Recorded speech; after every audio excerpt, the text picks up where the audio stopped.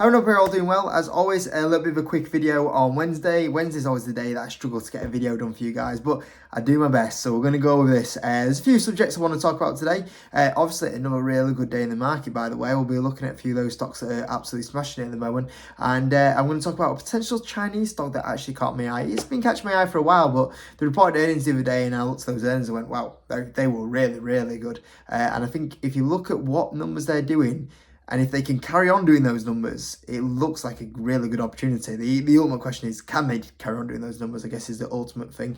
Before I get on to anything, though, I just want to do a quick mention. Obviously, the news that came out yesterday was sad to hear that Charlie Munger did pass away yesterday. Devastated, obviously, one of my personal favourite investors of all time. And if you ever go listen to any interviews that he did, also with a good amount of humour that was sometimes in those interviews. I mean, if you ever heard the line, I won't repeat it on here, but if you ever heard what he said about EBITDA, it's that's got to be one of my favourite lines about what he thought about the EBITDA metric a long time ago. But yeah, devastated when I found out yesterday, last night, that he had passed away. So just wanted to mention that one at the start of the video. But starting with some Hims and Hers stock, I mean, it's crazy, isn't it? Like, I mean, this stock, I think I'm back up like 40-something% on Hims and Hers. And this stock has just been, you know, you look at the start of the year, back at $6, up, you know, we were up at $12. I remember selling some shares off at 100%. And I was like, yeah, it might go down, but it might go down to like $8 at the most.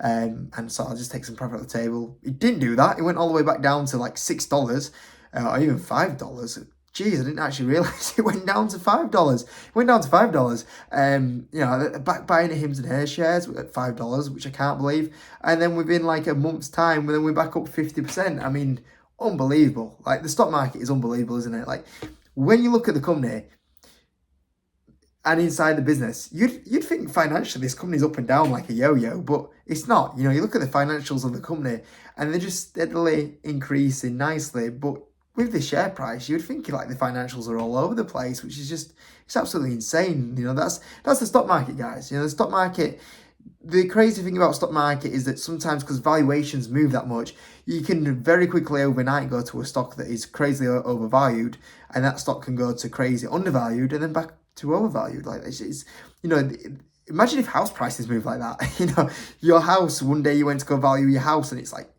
300k, and then you go like in a couple of months time and your house was valued at 200k, you'd be like, what? You know, only in the stock market you get valuation changes like that. That's I guess that's why it can be the land of opportunity, I guess, sometimes.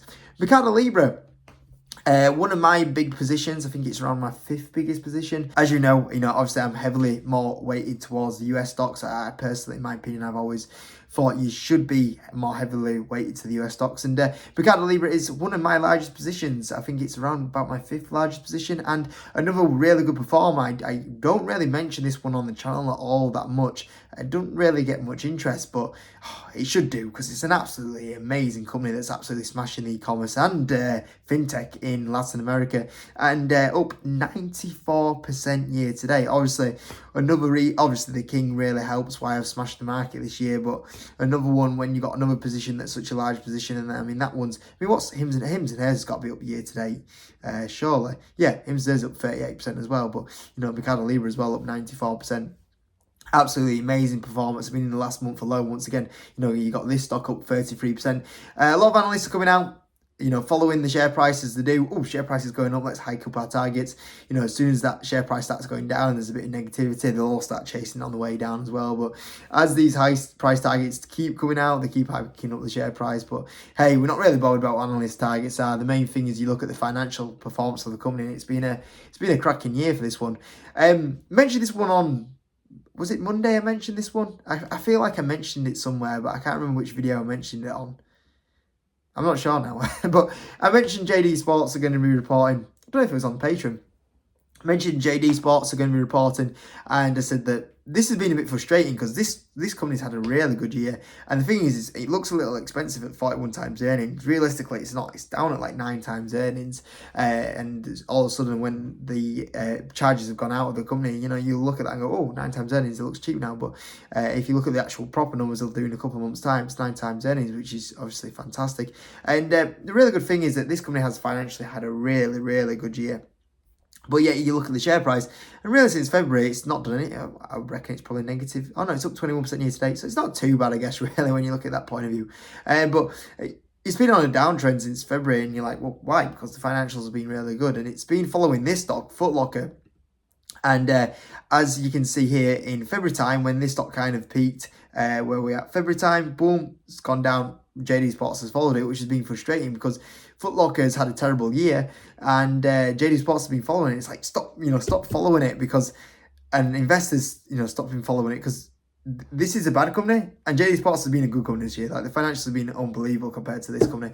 But Foot Locker brought some numbers out today which weren't as bad as what they've been doing recently. So the stock jumped on that news, and today the stock is up, up 17%, and now JD Sports is getting a rise off Foot Locker today, and it's like, yeah, it's good to have a rise, but can we just stop following Foot Locker and actually start valuing this separately, what it should be valued at, rather than following Foot Locker all the time? But I guess it is what it is at the moment. And that leads us on to the stock that I wanted to talk about today, which is a Chinese stock, which is PDD Holdings, or Pinduoduo.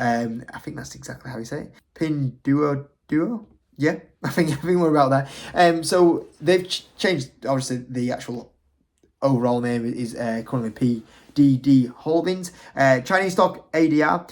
It's a stock that really got hurt, as a lot of Chinese stocks have done in the last few years. But recently, the stock has been having a bit of a rebound on the share price. So if any of you guys got around $50, $60, you're doing quite well. But I was looking and thinking, this stock could actually be an interesting opportunity. It's not broken its all-time highs yet, and currently it's 31 times earnings, and we'll actually talk about those earnings in a little bit. So they brought their earnings out, and get ready for how good these earnings were. So the stock, on an EPS point of view, a non-GAAP EPS point of view, beat by 0.39.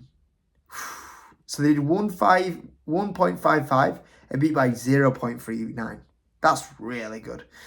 Revenue grew 94% year over year.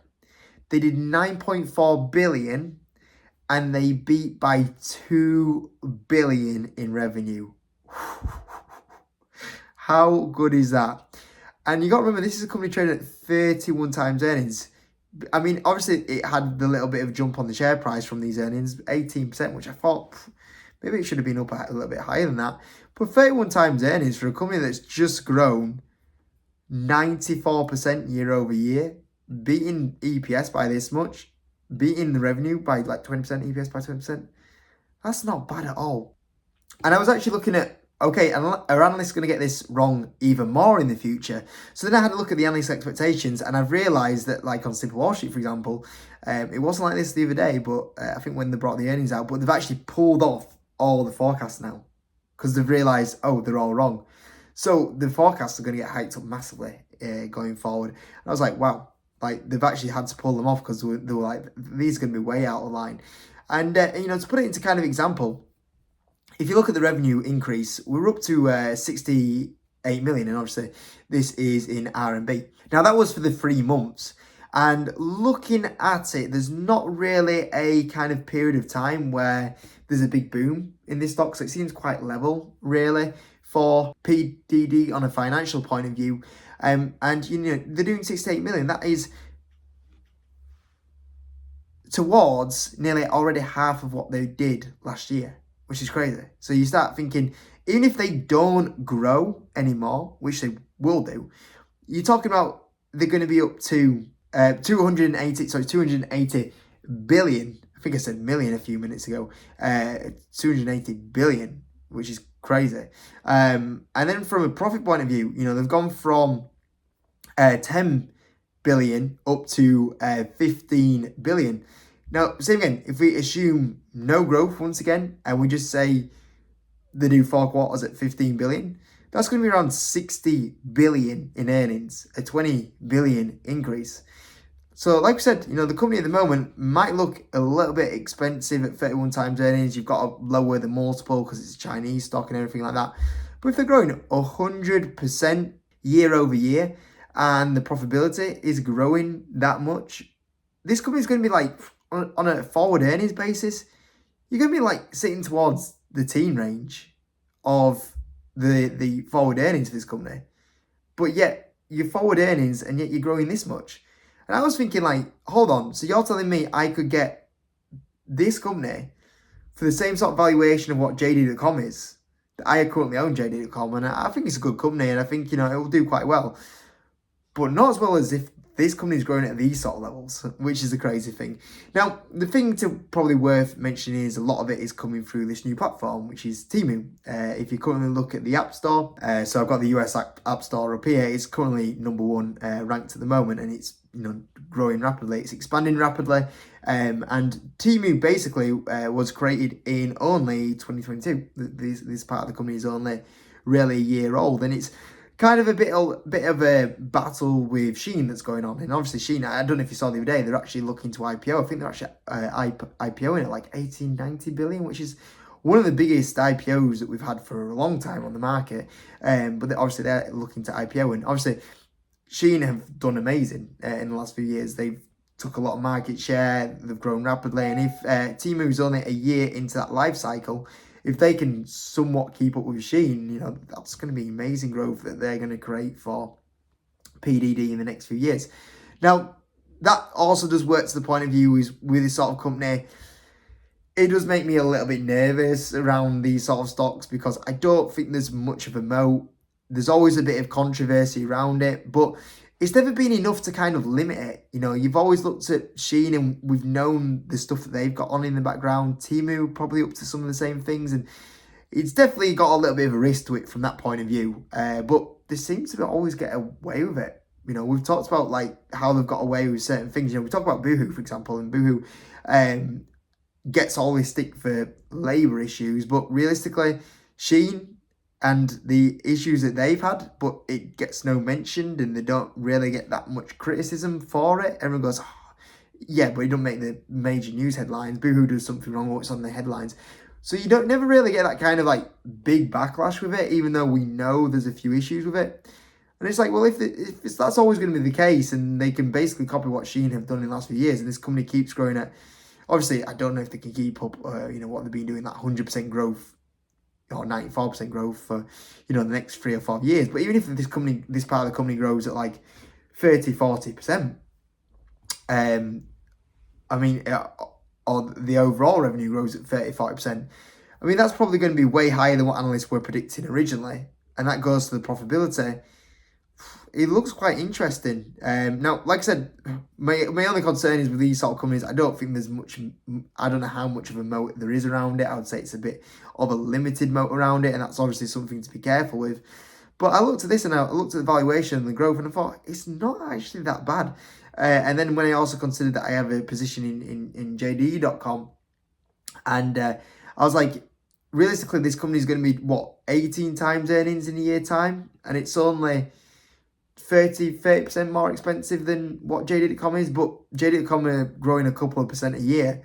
If this is growing like 30-40%, this is way going to outperform it. And I was like, the only thing that I would say about this is that there's a lot more, like I was mentioning earlier, there's a lot more controversy around it. Obviously, JD.com as well mostly work in China, whereas PDD are more, or Temu is more exposed to the international market and potentially more regulation. So I'd say there's more risk with it, but could easily be a better performer. And is that risk worth the reward?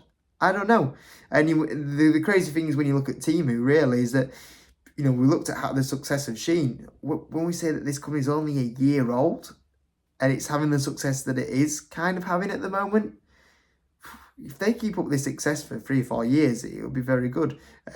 So yeah, it's definitely an interesting opportunity that's showing up at the moment, I feel, and having a little bit of think about it anyway. It's an interesting one. Let me know what you think in the comment section about that one anyway. Anyway, that's the video for today. Hope you enjoyed it. See you in a bit.